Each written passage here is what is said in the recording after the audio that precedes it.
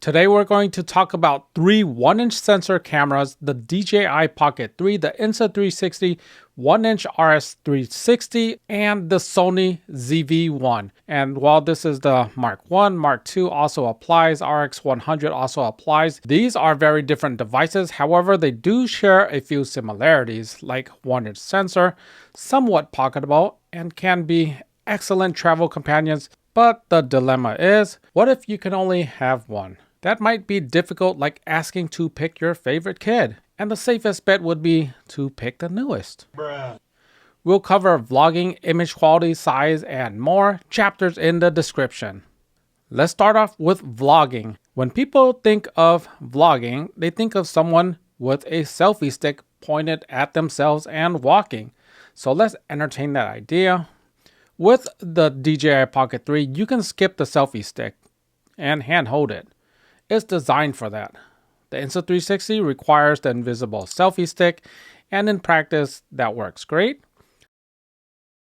The Sony ZV-1 requires some sort of selfie stick or tripod. The body is a bit awkward to hold bare, and it's prone to accidents like an Asian lady holding a steering wheel. We'll step back for a bit to talk about size and weight. All these are similar in weight. The DJI Pocket 3 is actually 180 grams, but with the case, it's over 200. So they're all around that range, 200 to 300 grams. So they may be off a little bit, and they're all little but dense devices. Think of iPhone Pro or Pro Max. Not the end of the world, but weighty.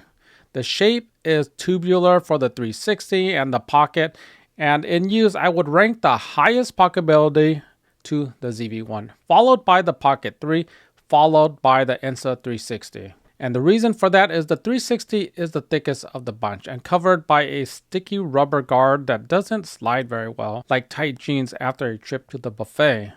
The quick use goes to the ZV-1, followed by the 360, then Pocket 3. And this has to do with the case. The ZV-1 doesn't need a case. The 360 has a guard that's relatively small, and the Pocket 3 has a large bulky case that needs to go back in your pocket. If you're doing this several times a day, it can be annoying. Another aspect of vlogging that is not often talked about is shot variety. The DJI Pocket 3 is all about motion, stability, and more motion.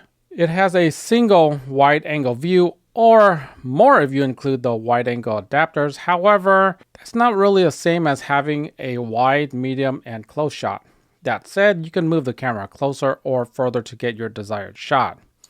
The Insta360 1-inch is similar, however, it's so wide it can see in back of itself. The front and rear have a combined total of 6K in resolution, and while that may seem impressive, it's not. And the reason for that is that the Insta360 produces a 360-degree view and is designed to be cropped. And if you want what's on only one side, you're left with the 180 fisheye view, and that has 3K resolution, then crop to a 100-degree view, which may leave you with only 800 pixels on the wide ends. The Sony ZV-1 is the only camera among these three that can give true shot variety. However, the flaws is that it's the worst with motion. Going back to durability for a second, and my ranking from highest to lowest has got to start with the Insta360 1-inch, no moving parts and weather resistant. The next two are more difficult. The fact that the DJI Pocket 3 has a massive case to protect the gimbal might suggest it being prone to damage, and that's true to some extent. However, I would put it at number 2 on the list and the ZV-1 last. And the reason for that is because you eventually bump the Pocket 3's mechanism, but it's controlled via magnets. The throw is short and it has hard limits. The ZV-1 has a protruding zoom, and because of the length and leverage, it's highly prone to damage, much like that of a Kardashian Eagle.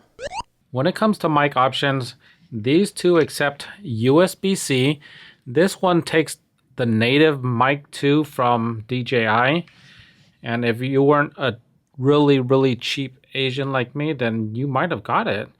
And when it comes to the Sony, it accepts a 3.5 millimeter right here. And going back to the DJI and Insta360, you can use this Boya BYK4. This thing definitely works. When it comes to the image quality, technically the DJI will give you the highest IQ with the 10-bit HEVC log footage, and DJI has a free LUT on their website, so it's convenient to convert and start editing. However, all three have relatively good color science straight from the camera. The biggest issue you'll have is low light, and that's where 10-bit won't save you.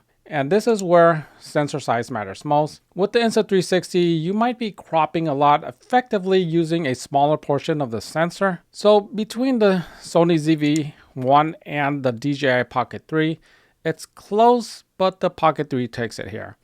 The files are stronger in post. The 10-bit versus 8-bit felt noticeable when pushing the sliders. However, the difference may not be so easily viewable on YouTube. When it comes to battery life, the ZV-1 is the only one with the battery, and you might think that's an advantage. However, I have 3 of these and it's really annoying to change all the time. So 1 hour, okay? The Insta360 1-inch does about 1 hour, and it has a battery issue as well, because if you're not recording within a certain amount of time, it's not going to turn on and record. Maybe it might do it right now, but because I haven't used it for a day. Okay, but sometimes there's like an error that says SD card not available, whatever.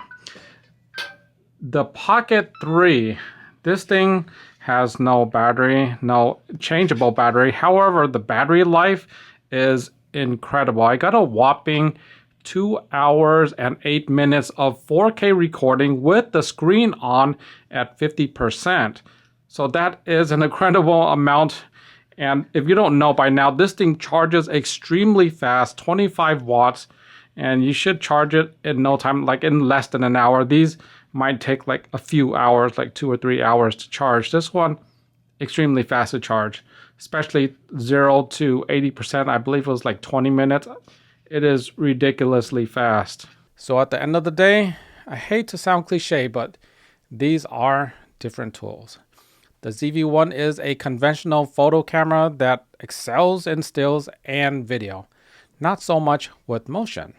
The Insta360 does 360 photos, videos, reframing, ability to derive multiple angles from a single clip, does masterful time-lapse in post, truly a camera that doesn't even need to see the screen to record. The most flexible device ever made. However, the workflow is mind-numbingly painful, and the image quality will always be worse, magnitudes worse.